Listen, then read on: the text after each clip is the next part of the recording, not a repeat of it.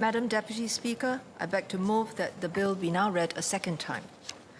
Madam, 2024 is a bumper year for elections around the world. Almost half of the world's population have gone or will go to the polls this year. Unfortunately, there has been a noticeable increase of deepfake incidents in countries where elections have taken place or are planned. Research conducted by London-based tech company SumSub suggests that the numbers are alarming. In India, compared to a year ago, there are 3 times as many deepfake incidents. In Indonesia, more than 15 times, and in South Korea, more than 16 times. Earlier in January this year, a fake version of US President Joe Biden's voice was featured in robocalls that sought to discourage Democrats from participating in the New Hampshire primary. The robocalls reached thousands of people. The US Federal Communications Commission has since declared AI-generated robocalls illegal, noting that they have the potential to confuse consumers with misinformation. The telecommunications company which transmitted the fake robocalls has been fined US $1 million, and the individual behind it faces a fine of US $6 million and criminal charges. During the Slovakian parliamentary elections last year, a deepfake audio of a politician discussing electoral rigging was posted online. Unsurprisingly, the audio went viral. Its impact was amplified by its timing, right before Slovakia's electoral silence period, which is like our cooling-off day. The candidate lost the elections, despite having earlier led in the polls. Did the deepfake audio contribute to his loss? No one can say with certainty, but surely we prefer not to have elections subject to such incidents. Why have deepfake content proliferated? The short answer is that they have become very easy and cheap to produce. With your permission, Mr. Speaker, may I play a video on the LED screens? Yes, you may. Thank you. Hello, it's been a busy day in the office and I've just had a cup of coffee. Did you think this was really me, Joe Teo, speaking in this video? Actually, this is a deepfake generated by artificial intelligence. It only took one person 1 hour to create this, using easily accessible software that anyone can use right now from the internet. Imagine if someone produced realistic deepfakes depicting members of this House saying or doing something we did not actually say or do, and disseminated it. Such technology will only improve and deepfakes may become even more realistic, convincing and easy to make. So, members will appreciate that AI technology is improving quickly. If the deepfake video you just watched did not convince you of its impersonation of me, more advanced versions soon will. Around the world, countries have recognized the need to mitigate the harms of deepfakes to their elections. For example, South Korea revised its Public Official Election Act to ban political campaign videos that use AI-generated content 90 days prior to an election. Violations of the revised law, which took effect in January this year, can lead to jail time of up to 7 years or a fine of up to 50 million won, which is almost 50,000 Singapore dollars. To date, 388 deepfakes have been taken down by the National Election Commission of South Korea during its elections. Another example is Brazil, which has banned synthetic electoral propaganda that will harm or favor any candidate during an election.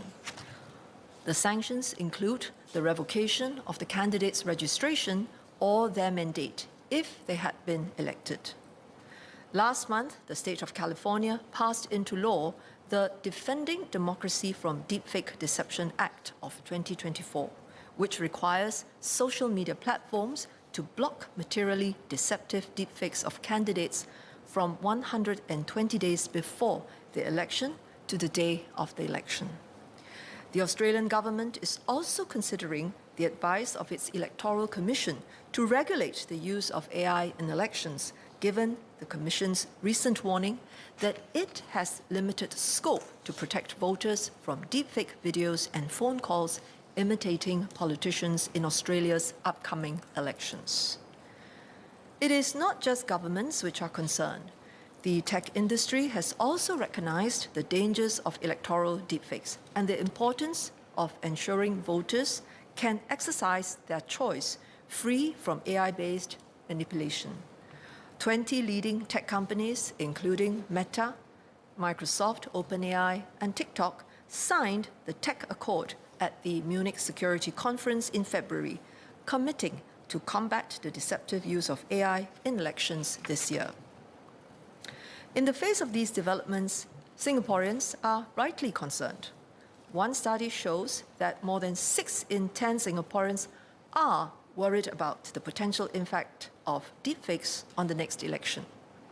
In a 2021 ruling on a case related to misinformation and online falsehoods, our apex court had said, "It is simply incompatible with the core principles of democracy to procure the outcome of an election to public office or a referendum by trading in disinformation and falsehoods." Mr. Speaker, I hope members will agree that AI-generated misinformation can seriously threaten our democratic foundations and demands an equally serious response. The Elections Integrity of Online Advertising Amendment Bill, or ELIONA, is our carefully calibrated response to augment our election laws under the Parliamentary Elections Act and the Presidential Elections Act, ensuring that the truthfulness of candidate representation and the integrity of our elections continue to be upheld. Sir, I will now bring members through the key aspects of the bill.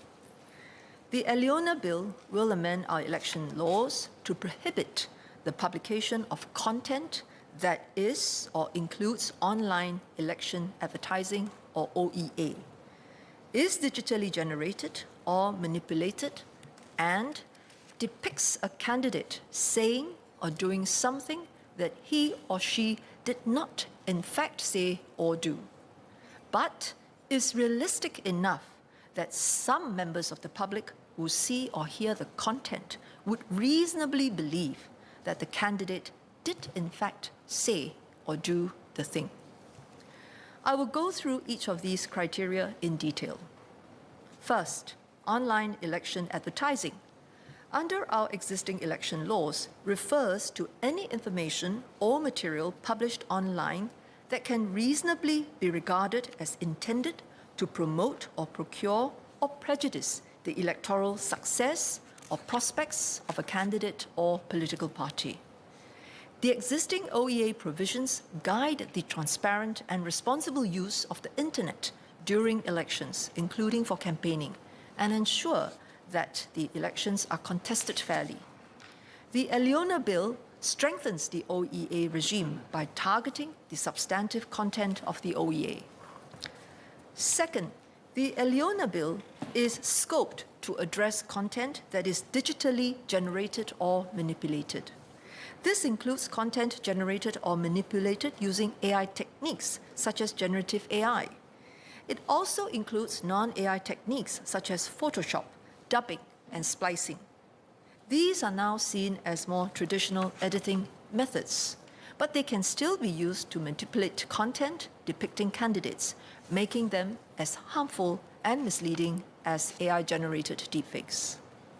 Third, the ELIONA bill is scoped to address the most harmful types of content in the context of elections, which is content that misleads or deceives the public about a candidate through a false representation of his speech or actions that is realistic enough to be reasonably believed by some members of the public.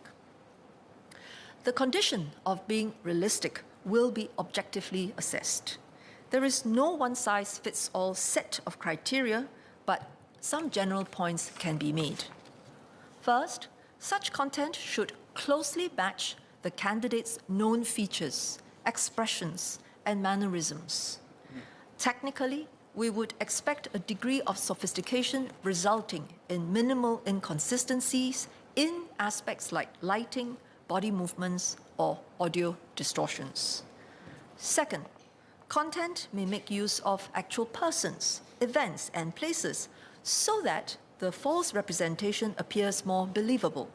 For example, a fake rally speech touching on current affairs looks more real when placed against the backdrop of an actual and familiar rally site. We must also recognize that audiences perceive and process the same content through different lenses, shaped by their individual experiences, beliefs, and cognitive biases. For example, many of us find it incredible that the Prime Minister would be giving investment advice on social media. But as members of Parliament, we have all met residents who have fallen prey to such AI-enabled scams. In this regard, the law will apply so long as there are some members of the public who would reasonably believe that the candidate did say or do what was depicted. Also, in assessing whether content matches a candidate's speech or actions, we will be relying primarily on declarations by the candidate if he or she had said or done that thing. I will elaborate on this later in my speech. All four legal limbs have to be met for the content to be prohibited. That is, the content is or includes OEA, is digitally generated or manipulated, and depicts a candidate saying or doing something that he or she did not in fact say or do, but is realistic enough that some members of the public who see or hear the content would reasonably believe that the candidate did in fact say or do that thing. Mr. Speaker, with your permission, may I ask the clerks to distribute a handout that will illustrate our thinking on what will be allowed or disallowed under the new provisions. Please go ahead. So members can also access this handout through the MP at SG Parl app.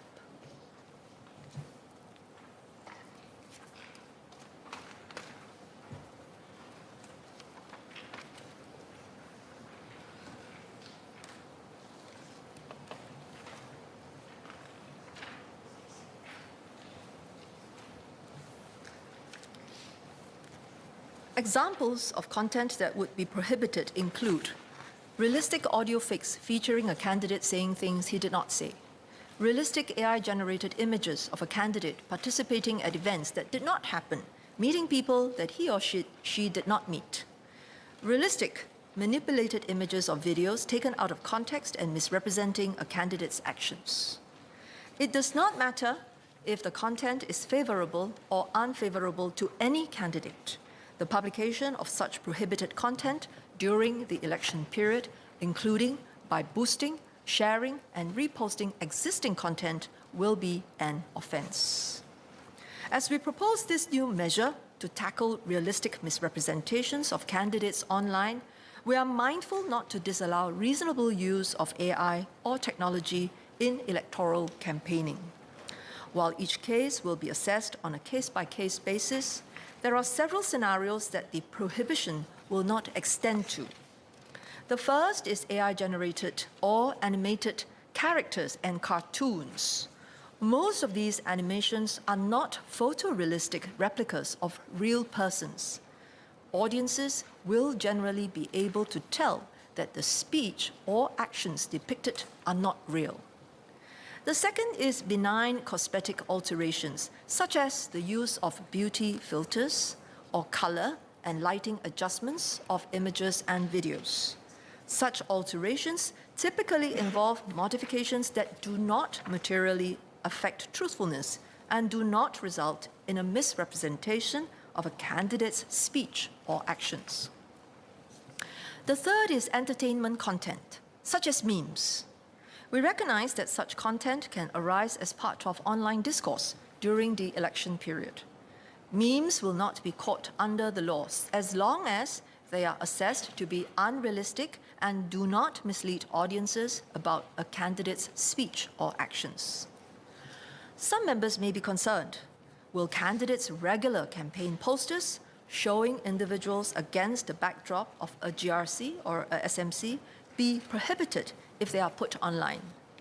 Such posters are usually obvious composite images, such as candidates disproportionately superimposed in front of a landmark or backdrop. Members of the public would not reasonably believe such content to be realistic depictions of a candidate's action. Such campaign posters are unlikely to fall within the scope of prohibitions. Mr. Speaker, I would like to make clear that the ban will not apply to certain types of content. First, the bill does not extend to private or domestic communications. This refers to content shared between individuals or within a close group, like group chats with family or a small group of friends in view of user privacy. That said, we know that false content can circulate rapidly on open WhatsApp or Telegram channels. If it is reported that prohibited content is being communicated in big group chats that involve many users who are strangers to one another and are freely accessible by the public, such communications will be caught under the bill, and we will assess if action should be taken. The factors that determine whether communications are private or domestic are set out in the respective election acts. Second, the prohibition does not apply to news published by authorized news agencies. This is to give space to fair reporting on prohibited content, such that the public can be alerted to the false content about candidates in a timely manner. Third, we recognize that a layperson may carelessly reshare messages and links without realizing that the content has been manipulated. The legislation provides for a defense if a person did not know and had no reason to believe that the candidate did not in fact say or do the thing and inadvertently commits the offense. Sir, the enhanced safeguards will apply during the election period, from the issuance of the writ of election to the close of polling on polling day. From the issuance of the writ to nomination day, we will introduce a two-part requirement for individuals who would like to identify themselves as prospective candidates and have the safeguards of the ELIONA bill apply to them. First, pay the election deposit, and second, consent for their names to be made public by the Elections Department. The consent form will be made available via the ELD website. The intent is for the website to be updated daily. Paying the election deposit is a prerequisite for standing in an election and an indicator of an individual's seriousness of intent to be a candidate. It is a step up from simply making a public declaration of one's potential candidacy. Publishing the names of those who placed the deposit will also make clear to the public which individuals are covered by the law. It is the candidate's choice entirely when to inform the public about his or her intention to stand for election before nomination day. Candidates can choose to put down the election deposit, but withhold consent to make their names public until nomination day. After nomination proceedings are completed and up to the close of polling on polling day, the safeguards of the ELIONA bill will apply to content depicting all successfully nominated candidates. At the same time, individuals themselves should also readily come forward to clarify and debunk content that they believe misrepresents them. The government will use a range of detection tools to assess if the content has been generated or manipulated using digital means. We have at our disposal commercial tools and also those developed in-house or in partnership with researchers, such as those at the Center of Advanced Technologies in Online Safety, or CATOS. These tools are constantly updated to keep up with technology. Continuing strong investment in research is one way to ensure that we stay ahead.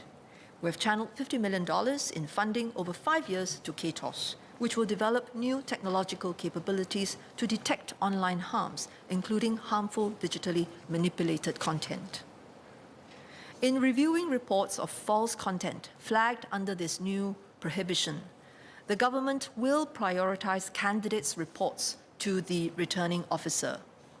Besides the technical assessment on whether the content has been manipulated, The RO will also rely on candidates' declarations on whether the content falsely depicts their speech and actions. We have placed significant weight on candidates' declarations to the RO under this new prohibition, as a candidate is in the best position to speedily clarify if the content is a truthful and accurate representation of himself or herself. The government is unlikely to have all the evidence of whether a candidate actually said or did something, especially if it was in a private setting. The declaration by candidates will be made to the RO for candidates to attest to the veracity of his or her claim. This declaration form will be made available to candidates via the candidates portal on ELD's website. To deter abuse of the law, such as candidates requesting to take down unfavorable content that is in fact a factual representation of their speech or action, it will be made an illegal practice for candidates to knowingly make a false or misleading declaration in a request. The penalties for an illegal practice are set out in the Election Acts. If convicted of an illegal practice, one may face a fine not exceeding $2,000 and become ineligible to be elected as a member of parliament or the president. Further, if already elected, the election of a candidate as a member of parliament or president may also be invalidated. Currently, the RO has powers to issue corrective directions to any relevant person, including social media services, to remove or disable access in Singapore to prohibited online election advertising, or to stop or reduce its electronic communication activity. The ELIONA bill extends these powers for the RO to issue corrective directions against this new category of content, and corrective actions must be taken within the specified period of time. As mentioned earlier, the government will prioritize candidates' reports and declarations to the RO. If assessed to be a genuine case, the RO will issue corrective directions. Only in exceptional cases will directions be considered against false representations without a candidate's declaration. This may arise when the objective facts are widely known, or if the government has access to data that reliably confirms the candidate's actual speech or action.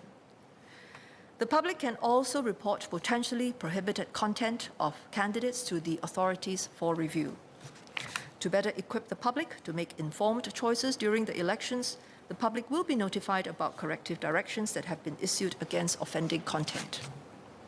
Non-compliance with a corrective direction issued by the RO is an offence. Recognizing the extensive reach and responsibility that social media services must uphold, we have raised the fine of up to $1 million for a provider of a social media service that fails to comply with a corrective direction. This is a reasonable adjustment. The revised penalty is on par with similar offences under other content regulation tools, like the Protection from Online Falsehoods and Manipulation Act, the Broadcasting Act, and the Online Criminal Harms Act. For all others, including individuals, there is no change to the financial and custodial penalties for non-compliance with a corrective direction, and remains at a fine not exceeding $1,000 or to imprisonment for a term not exceeding 12 months or to both. We have engaged major social media services on the requirements under the ELIONA bill and shared our expectation that such directions are to be promptly complied with to uphold the integrity of our elections. Mr. Speaker, as noted by Dr. Carol Soon of the Institute of Policy Studies, the ELIONA bill is carefully calibrated in its scope of the what, when, and whom, and is a continuation of our principled approach towards the conduct of elections in Singapore. First, the bill addresses the most harmful digitally generated and manipulated content, including deepfakes, that can influence electoral outcomes, while recognizing the value of novel content creation techniques and the desire of candidates to employ innovative methods to engage voters. Second, it applies only during the election period, from the issuance of the writ to the end of polling on polling day, to safeguard the integrity of the electoral process and preserve space for fair and legitimate political discourse during the elections.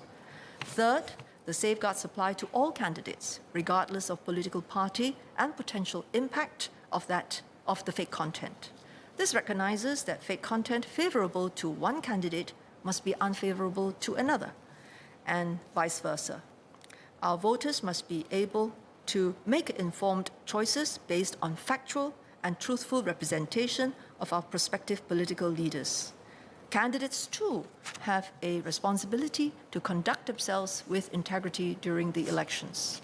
The ELIONA bill updates our suite of measures introduced over the years to address various forms of harmful online content. During and outside the election periods, existing content regulation tools will continue to apply to certain types of AI-generated misinformation and deepfakes. For example, under POFMA, a minister or an appointed alternate authority during the election periods may issue a direction for a recipient to communicate a correction notice. The minister or alternate authority may also direct the removal or disabling of access to deepfakes on the grounds that they contain false statements of fact, and it is in the public interest to issue the direction.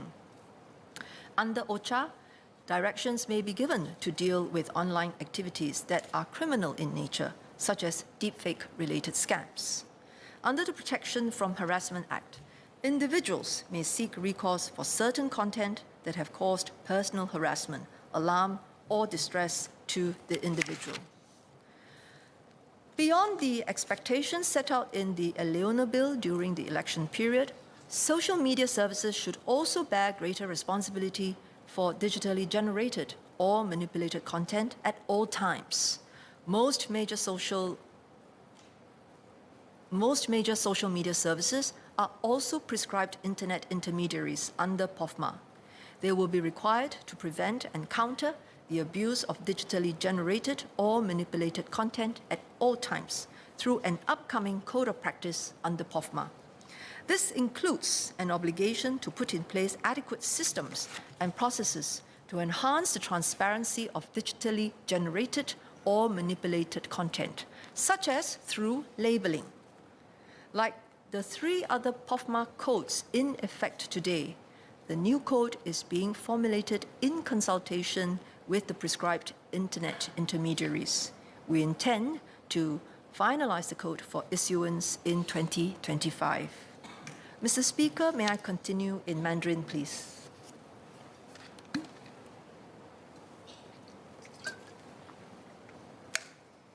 议长先生，我相信许多人都有过这样的经历，身边的亲友对网上的深伪内容深信不疑，无论我们怎么解释，对方仍旧把假消息信以为真，有时甚至连我们自己也上当。可以说，假内容的散播让人防不胜防。在人工智能的迅速发展下，深伪内容只会变得更普及、更逼真，让别有居心的人能够更轻易、更快速地在我们的社会散播怀疑的种子。如果这种假内容在大选期间广泛传播，其后果将不堪设想。事实上，这并非无稽之谈。近期，不少国家的大选中已经看到了假内容的危害。这项新法令旨在禁止在网上发布和传播歪曲候选人言行举止的假内容，这样我们才可以更好地保障民主进程和选举的公平性。然而，法令并非灵丹妙药，增强公众辨别内容真伪的能力才是最有效的预防针。我们应该对网上内容提高警惕，必要时向可靠来源求证。每个人从自身做起，成为抵御假内容的第一道防线。Sir, the ELIONA bill will add an additional layer of safeguards to our elections, but everyone, candidates, citizens, tech platforms have a part to play in protecting our democracy. We must keep our elections fair and honest, conducted on the basis of fact, not fiction. By and large, members of this House, regardless of party allegiance, have supported these ideals, and I appeal to members to stand behind this bill so that we can continue to uphold the integrity of our elections. With that, sir, I beg to move.